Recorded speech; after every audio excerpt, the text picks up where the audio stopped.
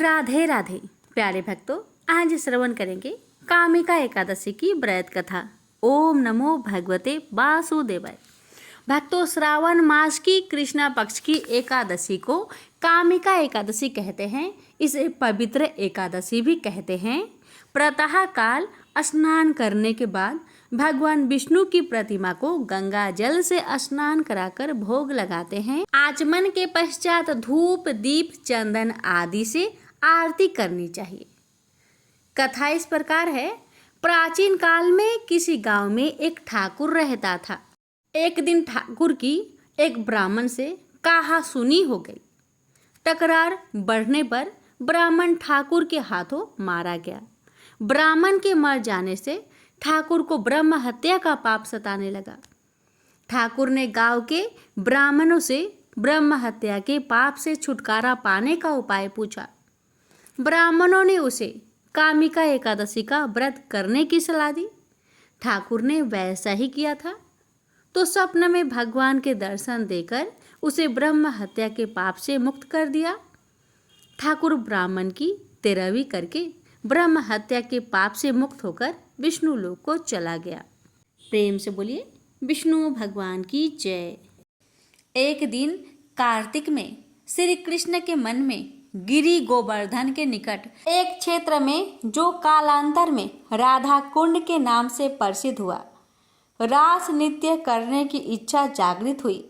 किंतु मथुरा नरेश दुष्ट कंस कोई अन्य ही योजना बना रहा था। वह श्री कृष्ण का वध करना चाहता था। उसके समस्त भक्तगण की हत्या करना चाहता था और तदुपरांत संपूर्ण पृथ्वी पर राज्य करने की अभिलाषी था।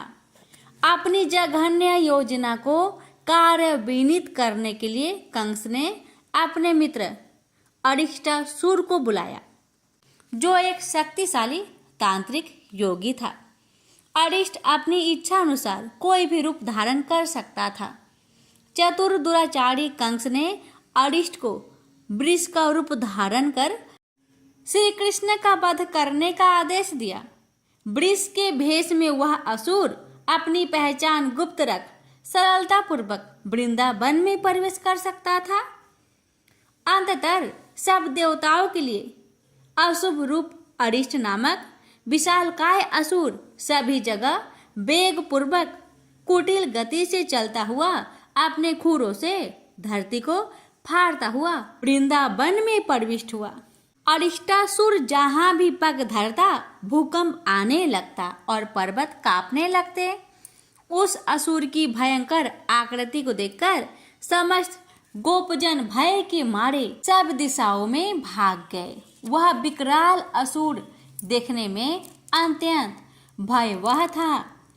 अरुष्ट कोयले के जैसा काला था और मूर्तिमान मृत्यु स्वरूप प्रतीत होता था।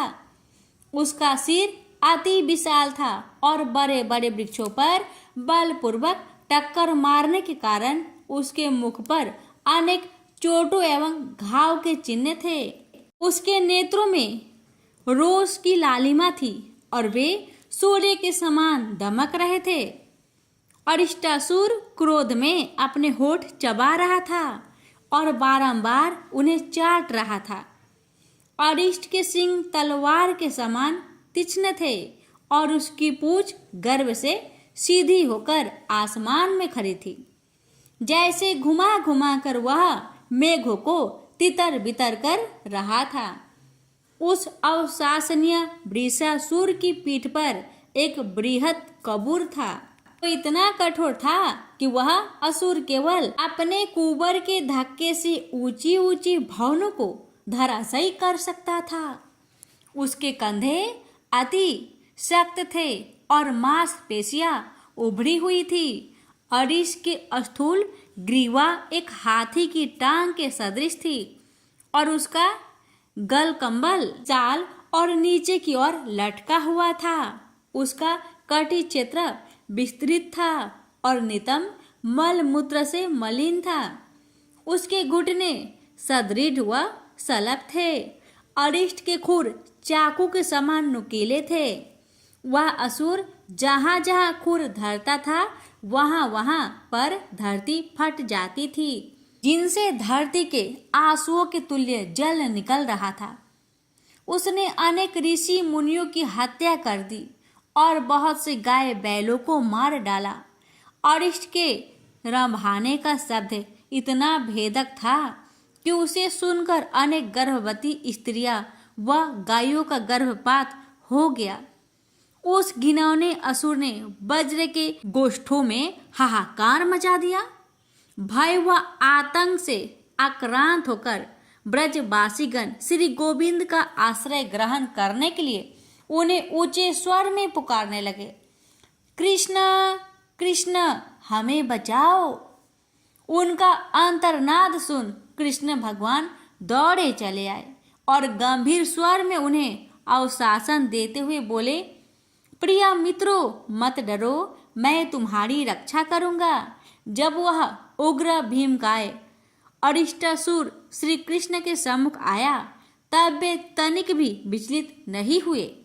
उस असुर को चुनौती देते हुए अच्युत्य श्री कृष्ण एक मल के समान अपनी भुजाएं थपथपाई और क्रोध पूर्वक बोले, अरे मूर्ख, ओ अतिशय असज्जन, इस गोगन और गोपालों को क्यों डरा रहा है?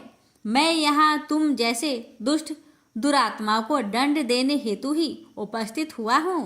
श्री कृष्ण अपने एक गोप सखा के कंधे पर अपनी अजय महाबली भुजा रख हंसने लगे। उस हास्य के द्वारा श्री कृष्ण ने उस असुर के क्रोध को बढ़ा दिया। अरिष्ट अपने खुर रूप कुदालों से भूमि को चत बिचत करने लगा और अपना सिर झुकाकर अपने नोकीले सिंघों से श्री कृष्ण के उदर को लक्ष्य बना इंद्र वज्र के समान श्री कृष्ण की ओर दुर्गति से धावित हो उठा। श्री कृष्ण की हत्या करने के उद्देश्य से वह वृष अपनी संपूर्ण प्रचंड शक्ति लगाकर उन पर झपटा, किंतु श्री कृष्ण ने अरिष्ट को उसके सिंघों से पकड़ लिया और 100 पग पीछे खदेड़ दिया। परंतु वह वृषासुर अचिरेण उठ खड़ा हुआ और दीर्घ श्वास लेता हुआ तथा संपूर्णतया स्वेद से व्याप्त होकर क्रोधोन्माद में श्री कृष्ण पर पुनः प्रहार किया। हम अंजन से चमकती देह वाले श्याम और अरिष्ट का घोर युद्ध, 2 सख्त काले वृषों की लड़ाई अथवा 2 स्थूल सघन सजल पयोधर के समर सम प्रतीत हो रहा था।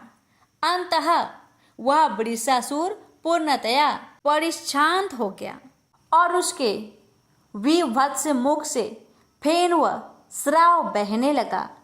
क्रोध भेष में अरिष्ट ने पुनः श्री कृष्ण पर आक्रमण किया। इस बार श्री कृष्ण ने उसके सिंघों को सुदृढ़ता पूर्वक पकड़ लिया और उनके बीच स्थिरता पूर्वक अपना एक सरोज चरण स्थित कर दिया। तब अजित श्री कृष्ण ने उसके कंठ को ऐसे निष्पीड़ित किया जैसे कोई गीली वस्त्र को निचोड़ता है। श्री कृष्ण ने उस असुर का बायां सिंह उखाड़ फेंका और बारंबार उस पर प्रहार किया। विष्टा मूल व रक्त का त्याग करते हुए अपनी टांगे इधर उधर मारते हुए तथा आंखें घुमाते हुए अरिष्टासुर यमपुरी को गया। देवताओं ने गगन से श्री कृष्ण पर पुष्प वृष्टि कर अपना आदर व्यक्त किया। श्री कृष्ण की विजय से उन्मत्ता को प्राप्त हुए गोकुल जन सूरवीर श्री कृष्ण के चारों ओर एकत्रित होकर जय जयकार करने लगे। अद्भुत अद्भुत जय हो श्री कृष्ण की जय हो। एक बार भृगु ऋषि ने जानना चाहा कि ब्रह्मा विष्णु और महेश में कौन सबसे श्रेष्ठ है। वह बारी बारी से सबके पास गए। ब्रह्मा और महेश ने भृगु को पहचाना तक नहीं, न ही आदर दिया। इसके बाद भृगु विष्णु के यहाँ गए। विष्णु उस समय विश्राम कर रहे थे। लक्ष्मी उनके पैर दबा रही थी। भृगु ने पहुंचते ही कुछ न कहा न सुना और विष्णु की छाती पर पैर से प्रहार कर दिया। लक्ष्मी यह देखकर भौंकचक्की रह गई। किंतु विष्णु ने भृगु का पैर पकड़कर विनीत भाव से कहा, मुनिवर, आपके कोमल पैर में चोट लगी होगी, इसके लिए क्षमा करें। लक्ष्मी को विष्णु की इस नम्रता पर बड़ा क्रोध आया। वे भगवान विष्णु से नाराज होकर भूलोक में आ गई तथा कोल्हापुर में रहने लगी। लक्ष्मी की चले जाने से विष्णु को लगा कि उनका श्री और वैभव ही नष्ट हो गया। उनका मन बड़ा अशांत रहने लगा। लक्ष्मी को ढूंढने के लिए वे श्रीनिवास के नाम से भूलोक में आए। घूमते घूमते वे बेक्टाचल में पर्वत क्षेत्र में बकुला माई के आश्रम में पहुंचे। बकुला माई ने उनकी बड़ी आव भगत की और उन्हें आश्रम में ही रहने को कहा। एक दिन जंगल में एक मतवाला हाथी आया। आश्रमवासी डरकर इधर उधर भागने लगे। श्रीनिवास ने यह देखा तो धनुष बाण लेकर हाथी का पीछा किया। हाथी डरकर भागा और घने जंगल में अदृश्य हो गया। श्रीनिवास उसका पीछा करते करते थक गए थे। वे एक सरोवर के किनारे वृक्ष की छाया में लेट गए। उन्हें हल्की सी झपकी आ गई। थोड़ी देर शोर सुनकर वे जागे। देखा 4-6 लड़कियां उन्हें घेर खड़ी है। श्रीनिवास को जागा हुआ देखकर वे टपक कर बोली, यह हमारी राजकुमारी पद्मावती का सुरक्षित उपवन है। यहाँ पुरुषों का आना मना है। तुम यहाँ कैसे और क्यों आए? श्रीनिवास कुछ जवाब दे इससे पहले ही उनकी दृष्टि वृक्ष की ओट से झांकती राजकुमारी की ओर गई। श्रीनिवास पद्मावती को एकटक देखते रह गए। थोड़ा संयत होकर कहा, देवियों, मुझे पता नहीं था। मैं एक शिकार का पीछा करता हुआ यहाँ आया था। थक जाने पर मुझे नींद आ गई थी, क्षमा करें। श्रीनिवास आश्रम में लौट तो आए किंतु बड़े उदास रहने लगे। एक दिन बकुला माई ने बड़े प्यार से उनकी उदासी का कारण पूछा। श्रीनिवास ने पद्मावती से भेंट होने की सारी कहानी कह सुनाई। फिर कहा, उसके बिना मैं नहीं रह सकता। बकुला माई बोली, ऐसा सपना मत देखो। कहाँ हुआ प्रतापी चोल नरेश आकाश राज की बेटी, और कहाँ तुम आश्रम में पलने बाड़े एक कुल गोत्रहीन युवक। श्रीनिवास बोले, माँ, एक उपाय है, तुम मेरा साथ दो तो सब संभव है। बकुला माई ने श्रीनिवास का सच्चा प्यार देखकर हाँ कर दी। श्रीनिवास ज्योतिष जानने वाली औरत का भेष बनाकर राजा आकाश की राजधानी नारायणपुर पहुंचे। उसकी चर्चा सुन पद्मावती ने भी उस औरत को महल में बुलाकर अपना हाथ दिखाया। राजकुमारी की हस्तरेखा देखकर वह बोली, राजकुमारी, कुछ दिन पहले तुम्हारी भेंट तुम्हारे सुरक्षित उद्यान में किसी युवक से हुई थी। तुम दोनों की दृष्टि मिली थी। उस युवक से तुम्हारी शादी का योग बनता है। पद्मावती की माँ धारणा देवी ने पूछा, यह कैसे हो सकता है? ज्योतिषी औरत बोली, ऐसा ही योग है। ग्रह कहते हैं कोई औरत अपने बेटे के लिए आपकी बेटी मांगने स्वयं आएगी। 2 दिन बाद सचमुच ही बकुला माई एक तपस्विनी का भेष में राजमहल में आई। उसने अपने युवा बेटे के साथ पद्मावती का विवाह की चर्चा की। राजा आकाश ने बकुला माई को पहचान लिया। उन्होंने पूछा, वह युवक कौन है? बकुला माई बोली, उसका नाम श्रीनिवास है। वह चंद्र वंश में पैदा हुआ है। मेरे आश्रम में रह रहा है। मुझे माँ की तरह मानता है। राजा आकाश ने कुछ सोचकर उत्तर देने के लिए कहा। बकुला माई के चले जाने पर आकाश ने राज पुरोहित को बुलाकर सारी बात बताई। राज पुरोहित ने गणना की, फिर अपनी सहमति देते हुए कहा, महाराज, श्रीनिवास में विष्णु जैसा देवगुण है। लक्ष्मी जैसी आपकी बेटी के लिए यह बड़ा सुयोग है। राजा आकाश ने तुरंत बकुला माई की यहाँ अपनी स्वीकृति के साथ विवाह की लग्न पत्रिका भेज दी। बकुला माई अब चिंतित हो उठी। वह श्रीनिवास से बोली, बेटा अब तक तो विवाह की ही चिंता थी, अब पैसे ना होने की चिंता है। मैं वाराह स्वामी के पास जाती हूँ, उनसे पूछती हूँ कि क्या किया जाए। बकुला माई श्रीनिवास को लेकर वराह स्वामी के पास गई और श्रीनिवास के विवाह के लिए धन की समस्या बताई। तो वराह स्वामी ने 8 दिक्पालों इंद्र, कुबेर, ब्रह्मा, शंकर आदि देवताओं को अपने आश्रम में बुलवाया। फिर श्रीनिवास को बुलवाकर कहा, तुम स्वयं इन्हें अपनी समस्या बताओ। श्रीनिवास ने देवताओं से कहा, मैं चोल नरेश राजा आकाश की बेटी पद्मावती से विवाह करना चाहता हूँ। मेरी हैसियत राजा के अनुरूप नहीं है, मेरे पास धन नहीं है, मैं क्या करूँ। इंद्र ने देवताओं के कोषाध्यक्ष कुबेर से कहा, कुबेर इस काम के लिए तुम श्रीनिवास को ऋण दो। कुबेर ने कहा, ऋण तो मैं दे दूंगा, पर उसे यह वापस कब और कैसे करेंगे इसका निर्णय होना चाहिए। श्रीनिवास बोले, इसकी चिंता मत कीजिए, कलयुग के अंत में मैं सब ऋण चुका दूंगा। कुबेर ने स्वीकार कर लिया। सब देवताओं की साक्षी में श्रीनिवास ने ऋण पत्र लिख दिया। उस धन से श्रीनिवास और पद्मावती का विवाह बड़ी धूमधाम से हुआ। तभी नारद ने कोल्हापुर जाकर लक्ष्मी को बताया, विष्णु ने श्रीनिवास के रूप में पद्मावती से विवाह कर लिया है। दोनों वेंकटाचलम पर्वत पर रह रहे हैं। यह सुनकर लक्ष्मी को बड़ा दुख हुआ। वह सीधे वेंकटाचलम पहुंची, विष्णु की सेवा में लगी, पद्मावती को भला बुरा कहने लगी। श्रीनिवास विष्णु रूप मेरे पति हैं, तुमने इनके साथ विवाह क्यों किया। दोनों में वाक युद्ध होने लगा तो श्रीनिवास को बड़ा दुख हुआ। वे पीछे हटे और पत्थर की मूर्ति के रूप में बदल गए। जब दोनों देवियों ने यह देखा तो उन्हें बड़ा दुख हुआ कि श्रीनिवास तो अब किसी के न रहे। इतने में शीला विग्रह से आवाज आई, देवियों अब मैं इस पत्थर पर वेंकटेश्वर स्वामी के नाम से अपने भक्तों का अभिष्ट पूरा करता रहूंगा।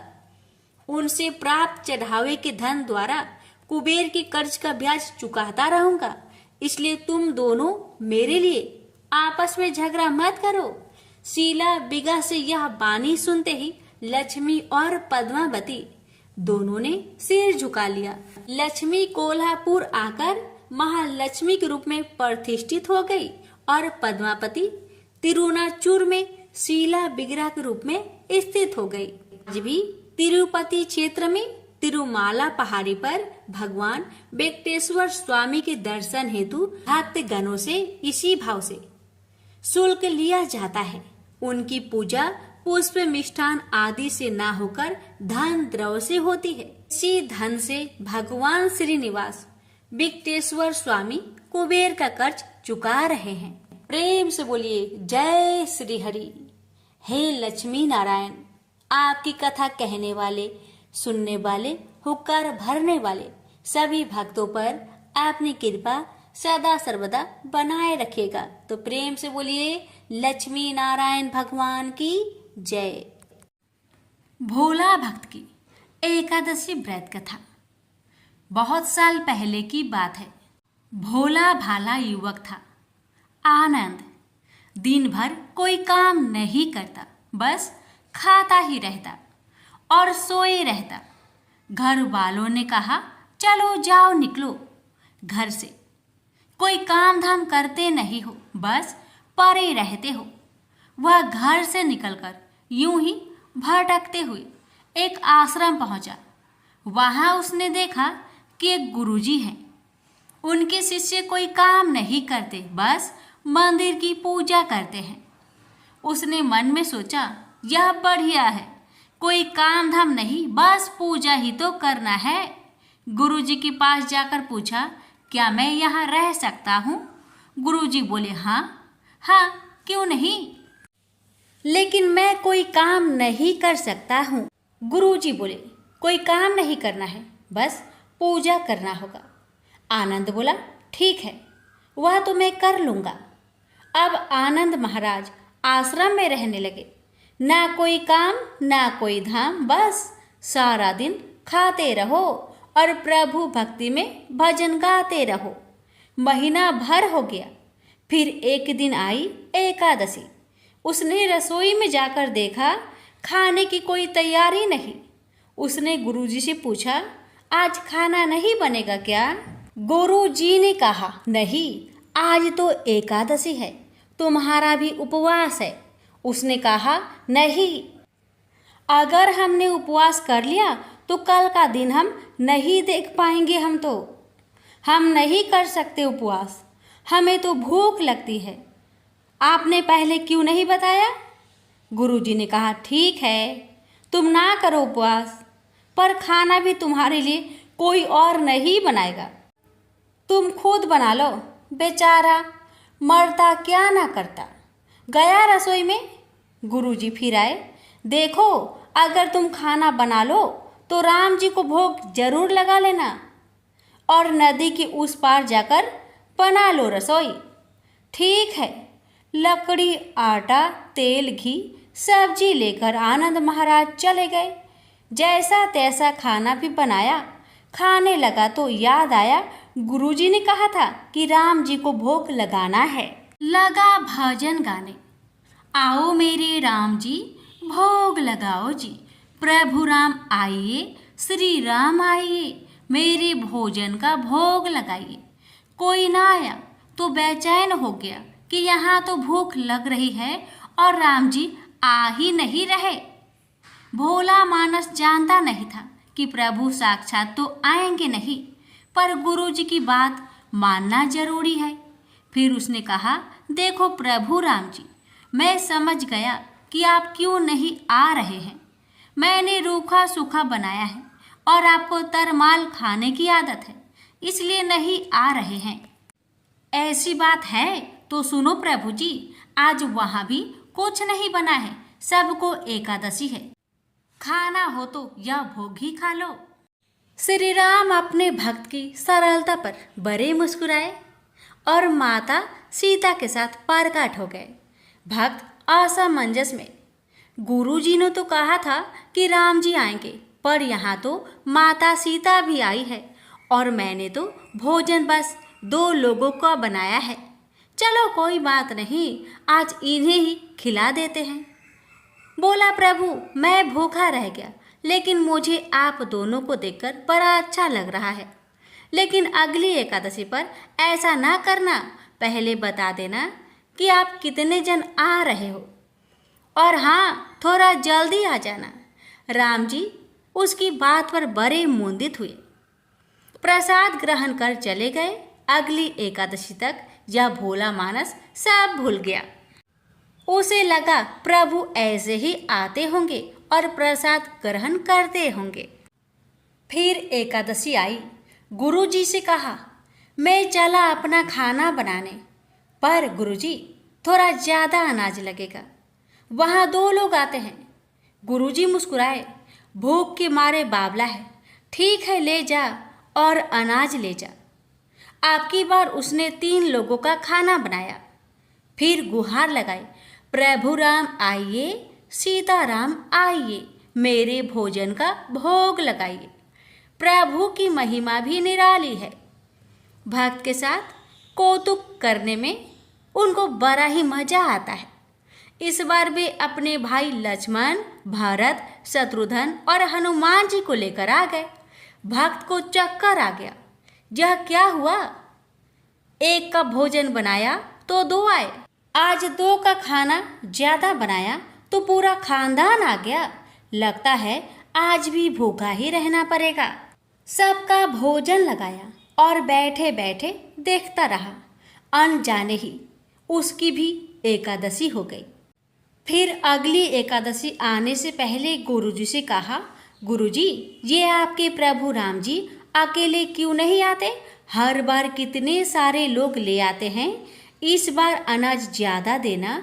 गुरुजी को लगा कहीं यह अनाज बेचता तो नहीं, देखना पड़ेगा जाकर। भंडार में कहा, इसे जितना अनाज चाहिए दे दो और छुपकर उसे देखने चल पड़े। इस बार आनंद ने सोचा, खाना पहले नहीं बनाऊंगा, पता नहीं कितने लोग आ जाए, पहले बुला लेता हूँ फिर बनाता हूँ। फिर टेर लगाई, प्रभु राम आइए, श्री राम आइए, मेरे भोजन का भोग लगाइए। सारा राम दरबार मौजूद, इस बार तो हनुमान जी भी साथ आए, लेकिन ये क्या, प्रसाद तो तैयार ही नहीं है। भक्त ठहरा भोला भाला, बोला प्रभु इस बार मैंने खाना नहीं बनाया। प्रभु ने पूछा क्यों? बोला मुझे मिलेगा तो है नहीं, फिर क्या फायदा बनाने का, आप ही बना लो और खुद ही खा लो। राम जी मुस्कुराए, सीता माता भी गदगद हो गई उसके मासूम जवाब से। लक्ष्मण जी बोले क्या करे प्रभु? प्रभु बोले भक्त की इच्छा है, पूरी तो करनी पड़ेगी, चलो लग जाओ काम से। लक्ष्मण जी ने लकड़ी उठाई, माता सीता आटा सानने लगी। भक्त एक तरफ बैठकर देखता रहा। माता सीता रसोई बना रही थी तो कई ऋषि मुनि यक्ष गंधर्व प्रसाद लेने आने लगे। इधर गुरुजी ने देखा खाना तो बना नहीं, भक्त एक कोने में बैठा है। पूछा बेटा क्या बात है, खाना क्यों नहीं बनाया? बोला अच्छा किया गुरुजी आप आ गए, देखिए कितने लोग आते हैं प्रभु के साथ। गुरुजी बोले मुझे तो कुछ नहीं दिख रहा तुम्हारे और अनाज के सिवा। भक्त ने माथा पकड़ लिया, एक तो इतनी मेहनत करवाते हैं प्रभु, भूखा भी रखते हैं और ऊपर से गुरुजी को दिख भी नहीं रहे, यह और बड़ी मुसीबत है। प्रभु से कहा आप गुरुजी को क्यों नहीं दिख रहे हैं? प्रभु बोले मैं उन्हें नहीं दिख सकता। भक्त बोला क्यों? वो तो बड़े पंडित है, ज्ञानी है, विद्वान है, उन्हें तो बहुत कुछ आता है, उनको क्यों नहीं दिखते आप? प्रभु बोले माना कि उनको सब आता है पर वे सरल नहीं है तुम्हारी तरह, इसलिए उनको नहीं दिख सकता। आनंद ने गुरुजी से कहा गुरुजी प्रभु कह रहे हैं आप सरल नहीं है इसलिए आपको नहीं दिखेंगे। गुरुजी रोने लगे, वाकई मैंने सब कुछ पाया पर सरलता नहीं पा सका तुम्हारी तरह, और प्रभु तो मन की सरलता से ही मिलते हैं। प्रभु प्रकट हो गए और गुरुजी को भी दर्शन दिए। इस तरह एक भक्त के कहने पर प्रभु ने रसोई भी बनाई। प्रेम से बोलिए सीताराम की जय, लक्ष्मी नारायण की जय। गणेश जी और मालिन की कथा। एक बार एक नगर में एक मालिन रहती थी। उसके पति चल बसे थे। उसका एक 4 साल का पुत्र था। उसकी सास कठोर हृदय की स्त्री थी। वह बहू को बहुत तकलीफ देती थी। एक दिन सास ने बहू और पोते को घर से निकाल दिया। वे दोनों रोते हुए चलते चलते एक जंगल में जा पहुँचे। वहाँ एक बड़े पेड़ के नीचे बैठ गए। वहाँ से थोड़ी दूर पर एक गणेश जी का मंदिर था। वहाँ बहुत लोग गणेश जी के दर्शन करने आते थे। दर्शन करके गणेश जी को प्रसाद चढ़ाते, फिर वह प्रसाद सबको बांट देते थे। इस प्रसाद से माँ बेटे का गुजारा होने लगा। दोनों गणेश जी की पूजा पाठ में लग गए। एक दिन उन्होंने सोचा क्यों ना हम भी जंगल से फूल लाकर बेचें। वे रोज जंगल से फूल लाकर उसकी माला बनाकर बेचने लगे। साथ में पूजा की सामग्री और प्रसाद भी बेचने लगे। इससे उनको आमदनी होने लगी। गणेश जी की कृपा से आमदनी बढ़ने लगी। जल्दी ही उन्होंने एक मकान और एक दुकान बना लिया। एक राजा की लड़की मंदिर में रोज पूजा करने आती थी। मालिन के बेटे को देखकर राजकुमारी उस पर मोहित हो गई और उससे विवाह करने की सोचने लगी।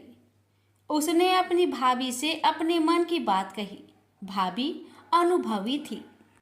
उसने कहा ये तो मालिन का बेटा है और तुम एक राजा की बेटी हो। यदि तुमने उससे विवाह किया तो तुम्हारी बहुत बेइज्जती होगी। पर राजकुमारी अपनी बात पर अड़ी रही। उसने कहा मैंने तो प्रतिज्ञा कर ली है कि उसी से विवाह करूंगी। भाभी ने घर जाकर सारी बात राजा को बता दी। राजा ने मना नहीं किया और विवाह के लिए तैयार हो गए। उन्होंने बड़े धूमधाम से बेटी का विवाह मालिन के बेटे के साथ कर दिया। मालिन ने सबसे पहले बेटे बहू को गणेश जी की मंदिर में ले जाकर पूजा पाठ करवाया और गणेश जी का आशीर्वाद दिलवाया। इसके बाद पूरे नगर में यह बात फैल गई कि गणेश जी की पूजा करने से सब दुख कष्ट दूर हो जाते हैं। यह बात सुनते ही नगर के सभी लोग मंदिर आने लगे। मालिन और उसके बेटे की बिक्री और बढ़ गई। उधर उसकी सास के बुरे दिन आ गए। अन्नदाता उससे रूठ गई और वह भूखे मरने लगी। एक दिन वह रोती धोती उसी गणेश जी की मंदिर में आ पहुंची। वह मालिन के बेटे से बोली, मैं भूखी हूँ, मुझे रोटी कपड़ा दे देना, इसके बदले मैं तुम्हारे सारे काम कर दूंगी। लड़के को दया आ गई और उसे काम पर रख लिया। उसने अपनी दादी को नहीं पहचाना। जब मालिन घर आई तो उसने सास को पहचान लिया। वह सास से बोली, सासू जी आप यहाँ कैसे? सास ने पोते की तरफ इशारा करके कहा, मेरी इस सेठ के यहाँ नौकरी लग गई है। बहू बोली, यह आपका पोता है और यह घर भी आपका ही है, यह दुकान भी आपका ही है। जब आपने हमें घर से निकाला तब गणेश जी ने हमारी रक्षा की। बहू की बात सुनकर सास बोली, मेरी करनी मैंने भोग ली। बहू बोली, सासू जी अब आप हमारे यहाँ रहो और पोते का सुख देखो। हे गणेश जी महाराज, जैसा सुख आपने मालिन को दिया वैसा ही सुख सबको देना। प्रेम से बोलिए गणेश भगवान की जय। लापसी तपसी की कथा। एक लापसी था, एक तपसी था। तपसी हमेशा भगवान की तपस्या में लीन रहता था। लापसी रोजाना सवा सेर की लापसी बनाकर भगवान का भोग लगाकर जीम लेता था। एक दिन दोनों लड़ने लगे। लापसी बोला, मैं रोज भगवान की तपस्या करता हूँ इसलिए मैं बड़ा हूँ। लापसी बोला कि मैं रोज भगवान को सवा सेर लापसी का भोग लगाता हूँ इसलिए मैं बड़ा हूँ। नारद जी वहाँ से गुजर रहे थे। दोनों को लड़ता देखकर उनसे पूछा कि क्यों तुम लड़ रहे हो? लापसी ने खुद को बड़ा होने का कारण बताया और तपसी ने अपना कारण बताया। नारद जी बोले, तुम्हारा फैसला मैं कर दूंगा। दूसरे दिन लापसी और तपसी नहाकर अपनी रोज की भक्ति करने आए तो नारद जी ने छुपकर 1.25 करोड़ की एक एक अंगूठी उन दोनों के आगे रख दी। तपसी की नजर जब अंगूठी पर पड़ी तो उसने चुपचाप अंगूठी उठाकर अपने नीचे दबा ली। लापसी की नजर अंगूठी पर पड़ी लेकिन उसने ध्यान नहीं दिया। भगवान को भोग लगाकर लापसी खाने लगा। नारद जी सामने आए तो दोनों ने पूछा कि कौन बड़ा? तो नारद जी ने तपसी को खड़ा होने को कहा। वो खड़ा हुआ तो उसके नीचे दबी अंगूठी दिखाई पड़ी। नारद जी ने तपसी से कहा, तपस्या करने के बाद भी तुम्हारी चोरी करने की आदत नहीं गई इसलिए लापसी बड़ा है और तुम्हें तुम्हारी तपस्या का कोई भी फल नहीं मिलेगा। तपसी शर्मिंदा होकर माफी मांगने लगा। उसने नारद जी से पूछा, मुझे मेरी तपस्या का फल कैसे मिलेगा? नारद जी ने कहा, यदि कोई गाय और कुत्ते की रोटी नहीं बनाएगा तो फल तुझे मिलेगा। यदि कोई ब्राह्मण को भोजन करवाकर दक्षिणा नहीं देगा तो फल तुझे मिलेगा। यदि कोई साड़ी के साथ ब्लाउज नहीं देगा तो फल तुझे मिलेगा। यदि कोई दिए से दिया जलाएगा तो फल तुझे मिलेगा। यदि कोई सारी कहानी सुने लेकिन तुम्हारी कहानी नहीं सुने तो फल तुझे मिलेगा। उसी दिन से हर व्रत कथा कहानी के साथ लापसी तपसी की कहानी भी सुनी और कही जाती है। प्रेम से बोलिए लक्ष्मी नारायण की जय।